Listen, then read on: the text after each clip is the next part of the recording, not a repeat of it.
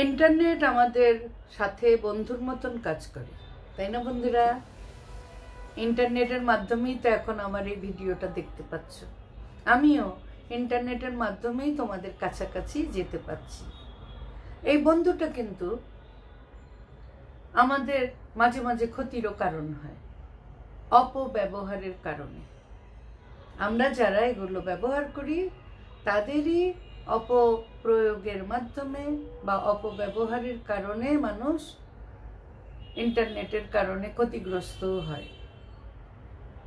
বিশেষ করে তোমরা যারা তরুণ তরুণী আছো, দেখো অনেকে কিন্তু এর মাধ্যমে ব্ল্যাকমেইল করার চেষ্টা করে। হ্যাকাররা হ্যাক করে, পেজ হ্যাক করে, প্রোফাইল হ্যাক করে, কত কিছু করে। আমি তো এগুলি বেশি ভালো বুঝি না, পুরানো আমলের মানুষ। ওই পেজ চালাই বলে কিছুটা বুঝি, বুঝতে হয়, না বুঝলে তো হবে না। যে পথে নেমেছি এ পথের কিছু টিপস তো জানতে হয়। তাই সেদিন দেখতে পেলাম হোয়াটসঅ্যাপে নাকি ভিডিও কল দেয়। ভিডিও কলটা রিসিভ করার সাথে সাথে কয়েক সেকেন্ডের মধ্যেই কিছু কি বলে স্ক্রিনশট নিয়ে ফেলে। ওই যে রিসিভ করার সাথে সাথে কিছু অশ্লীল ভিডিও নাকি দেখায়।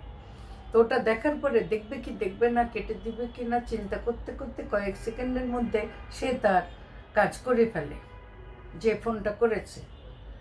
তো অশ্লীল ভিডিওর সাথে তোমার ছবি উঠে যায় তার স্ক্রিনশটে। এগুলো দিয়ে পরে সে ব্ল্যাকমেইল করে টাকা পয়সা হাতিয়ে নেয়। তাই বন্ধুরা, তোমরাও হয়তো দেখেছো, আমি যেহেতু এটা ইউটিউব থেকেই জেনেছি, কিন্তু যারা জানো না তারা একটু সচেতন থেকো।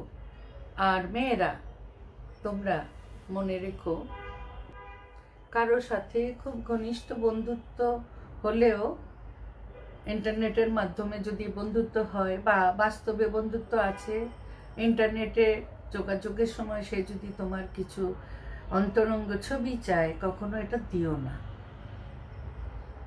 জানো, ছবি নিয়ে অনেক রকমের নোংরামি হয়। আর আরো নানাভাবে মানুষ মানুষকে বিপদে ফেলে।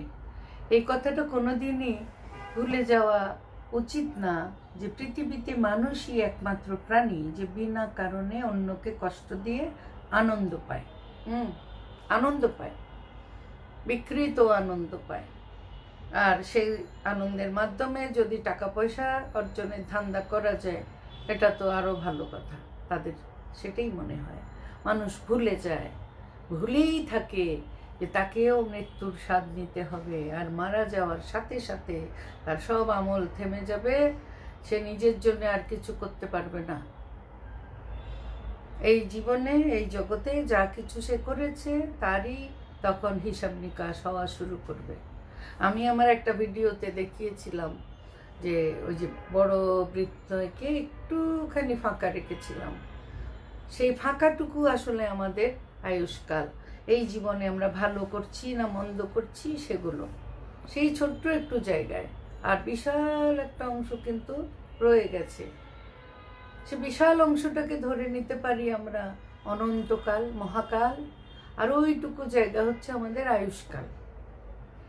এই অনন্তকালটা আমরা কিভাবে কাটাবো, ভালো না মন্দ ভাবে, আরামে না কষ্টে, নির্যাতনে, নরক যন্ত্রণায়, কোনটা হবে আমাদের ভাগ্যে, সেটা নির্ভর করবে ওই ছোট্ট আয়ুষ্কালের মধ্যে আমরা কি ধরনের কাজ করেছি, জমিতে কি রকম ফসলের চাষ করেছি সেটার উপর। সুতরাং বন্ধুরা সচেতন হবার সময় কিন্তু এসে গেছে, ভুললে চলবে না।